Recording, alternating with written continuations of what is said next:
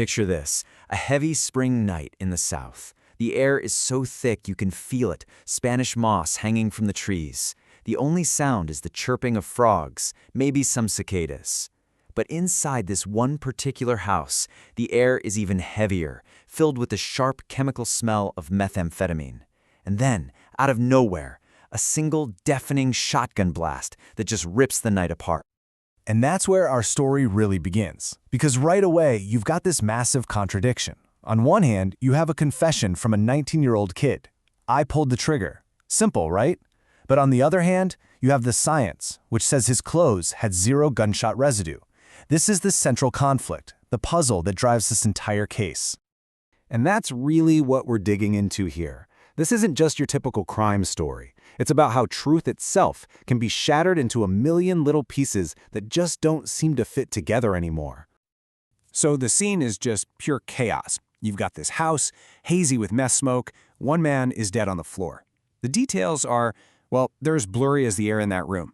But by sunrise, the police have their guy, a 19-year-old, strung out and absolutely terrified, who pretty quickly confesses to the whole thing. And you've got to understand, this is a huge deal. In our justice system, a confession is often seen as the ultimate prize, the absolute truth. It's so powerful that it can literally stop an investigation cold. And in this case, that's exactly what happened. The kid's words were enough to close the file. No need to look any deeper at the evidence, the scene, or anyone else who was in that house. So, how did this one confession become the only story that mattered? Well, in the eyes of the law, a confession is like gold. But the thing is, that gold can be manufactured, especially when you're dealing with someone under incredible pressure.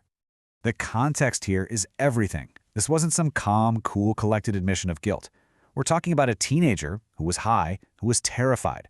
Psychologically, a person in that state is just incredibly vulnerable. They're open to suggestion, to confusion, and they had this overwhelming need to just make the interrogation stop. And years later, he actually swore in an affidavit that he was threatened, that an older, more dangerous guy in the room told him to take the fall. But in the courtroom, yeah, none of that nuance mattered one bit. It all boiled down to this one simple 7-word exchange. The judge asks, "And you pulled the trigger?" He says, "Yes, sir." The gavel falls, and just like that, a 30-year plea deal is locked in. Case closed. And look, this isn't some one-off, bizarre case. It actually fits into a really disturbing pattern. Research from the Innocence Project shows that in about 1 out of every 4 cases that get overturned thanks to DNA evidence, the person who was wrongly convicted had actually confessed in the first place. It's a shocking reminder of just how unreliable a confession can be. So while the legal system was laser-focused on those spoken words, the physical evidence was telling a completely different story. It was a much quieter story, one whispered by tiny particles and stains that, for some reason, were never really looked at. Okay, so let's just break this down because this is where things get really wild. The teenager who confessed, no gunshot residue on his clothes. None.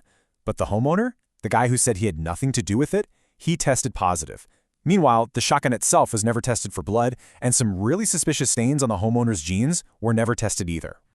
And get this next part is absolutely critical.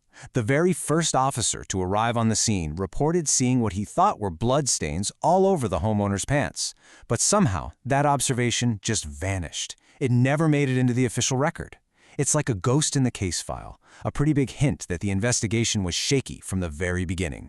So, fast forward a few years. The teenager is now a man, and he officially takes back his confession. His lawyers file a motion with a really simple request. Just let us test the evidence that was ignored the first time around. They even offered to pay for all of it. In his sworn statement, this is the threat he claims sealed the deal. An older man at the scene basically told him, "You don't have kids. I do. You're taking the fall for this." It was a command disguised as a threat. And as a scared, high 19-year-old, he just went along with it, thinking, the justice system would figure it all out eventually. He was wrong. But the court said no. The judge's reasoning was pretty clear. If everyone who regrets pleading guilty could just come back and demand new testing, the whole system would just grind to a halt. There would be no finality. The system's need for closure was more important than a plea for science. And that word, finality, you need to understand it because it's the huge roadblock here. It's a core principle of our legal system. The idea is that for the system to work, cases have to end, they have to be final. But this case really forces you to ask, what's the real cost of that finality? What happens when it comes at the expense of finding out the truth? You see, the court's decision to choose finality over truth had consequences that went way beyond just one person in a prison cell. By focusing on this single, shaky confession, the system didn't just close one case file. It basically ignored a much bigger, much darker pattern that was taking shape in that same small community. And if you thought it couldn't get any stranger, well, it does. 2 other men, both connected to that house and that social circle, later just disappeared, vanished. One of them was supposedly in the room when the shot was fired. Their absence just adds this haunting silence to an already fractured story. Criminologists have a term for this, a violence cluster. The idea is that these aren't just random, isolated acts of bad luck. They're symptoms of a much deeper issue. An environment where things like drugs, poverty, and fear create this kind of gravity that just pulls people into a cycle of violence. And the human cost is just staggering. That initial shotgun blast was only the beginning. Let's tally it up. 1 man dead, 1 teenager in prison for 30 years, 2 men vanished, and another man from that same group convicted of a completely separate murder. The echoes of that one night just keep spreading. And so, at the end of the day, this is where we're stuck, a state of permanent limbo. The physical evidence that could potentially blow this whole thing wide open is still sitting in sealed bags, untested.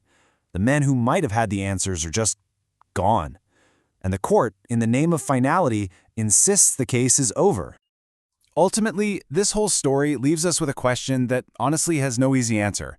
In a system that's supposed to be about finding the truth, what do you do when a confession says one thing, but science is whispering something completely different? Which voice should justice listen to? The answer to that question really defines not just this one case, but the very nature of justice itself.